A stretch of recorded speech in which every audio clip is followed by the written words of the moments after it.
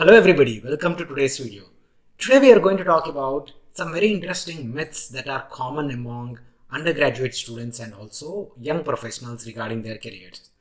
Well, I'm going to speak about some interesting and also controversial topics, but I'm going to back it up with my own experiences and also the experience of the folks that I have seen recently. Okay, so let us jump right away into the first myth. That is, hey, higher education is super important.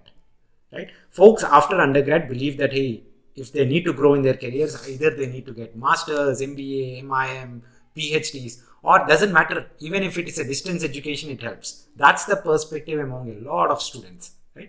I'm going to bust it and I'm going to say it very honestly and transparently that no, that's not the case. You can grow in your career at the same pace or even at a better case, even without an MBA or higher education degree for that matter.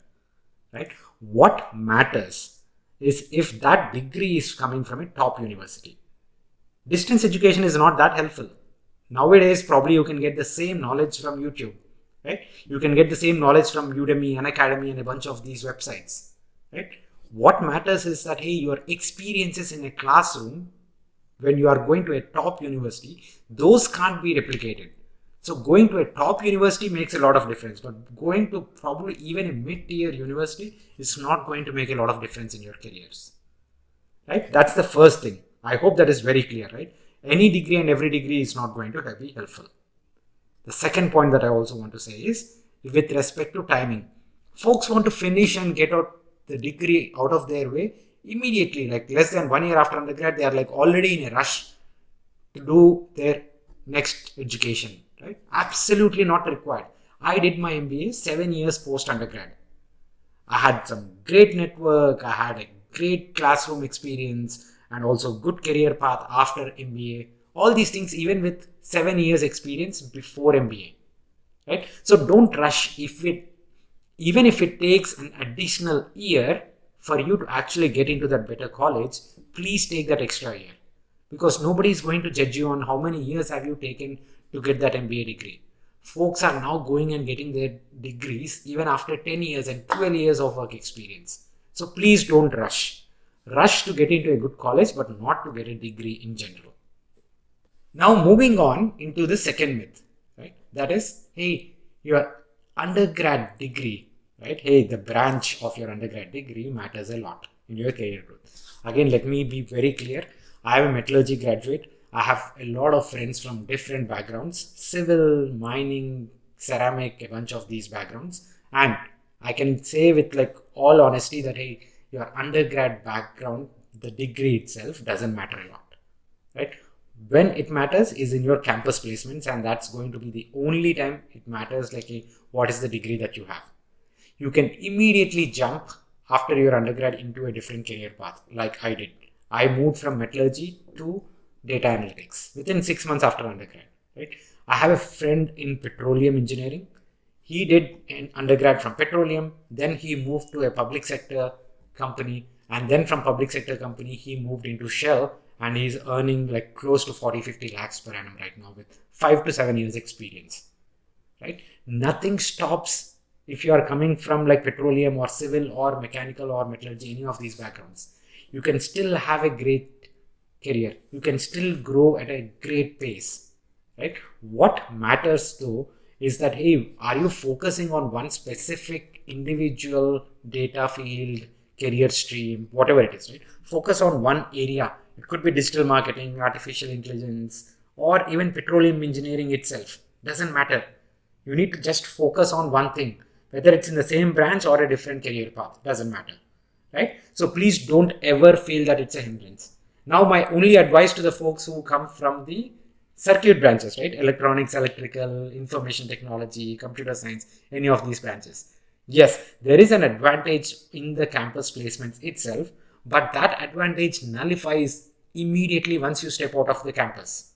You need to prove yourself every single day. You can't say that, hey, I'm a computer science graduate, so the world is going to be like in front of me for every single thing and it will accept me with open arms. No, that is not going to happen. You still need to work every single day and you still need to improve in that one specific career stream. By the way, let me give you a small example, right? If you know which specific undergraduate degree does Mr. Sundar Pichai possess, right? Please answer in the comments box, right? I'm telling you that, hey, I graduated from metallurgy, but I would love to know which undergrad degree does Mr. Sundar Pichai has. Okay, so please answer it in the comments box. Would love to know about it. Okay, now moving on to the third career myth. This is with respect to what is the number of years that you need to work in a company before looking stupid from a resume perspective. A lot of people believe that, hey, yes, I worked for 2 years in company A, 2 years in company B, 2 years in company C. Now I'm making my fourth switch. Does it look bad? Right? How many career switches can I make in a span of 10 years of time? In a span of like 4 years of time? Right? This is a very, very, very common question that I keep hearing. And the common myth is that, hey, a lot of career switches, a lot of job changes is probably not good on your resume.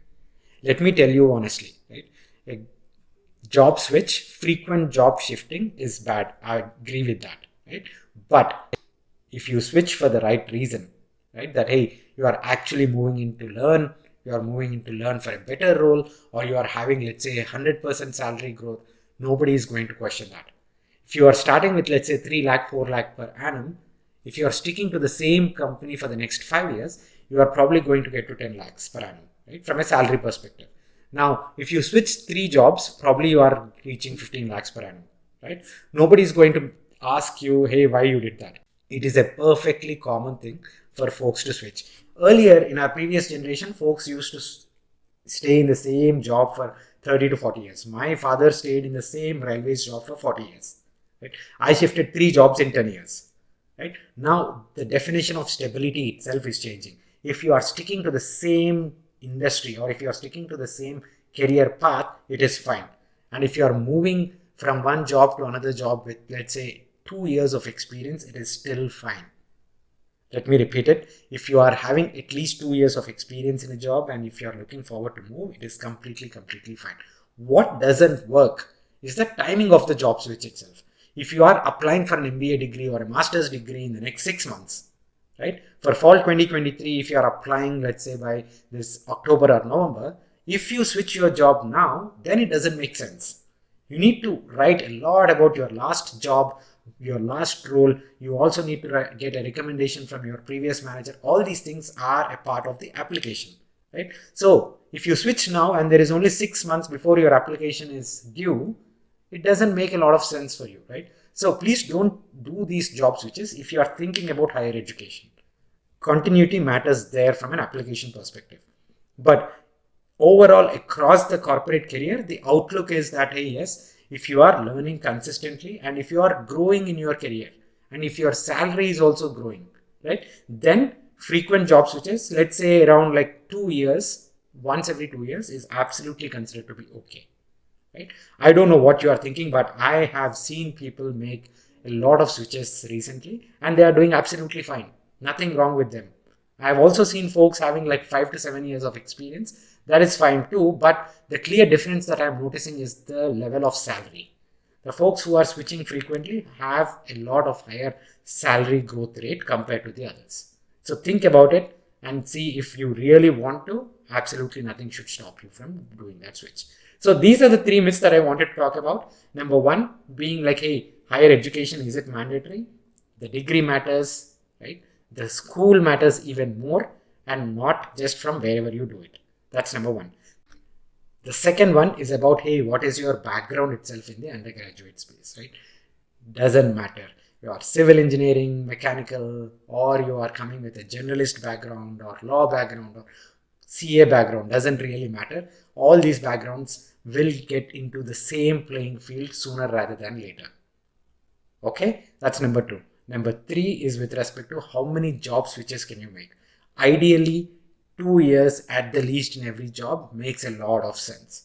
Beyond that, it's up to how much you are growing in that job, how much you like, and also what is the salary growth component. I hope these things make sense. I can actually back up all these things through examples of myself and also my friends that I have noticed in the past. So please do let me know what your thoughts are in the comments box and please press the like button so that we can reach out to more people. Thank you so much, guys. Take care. Bye-bye.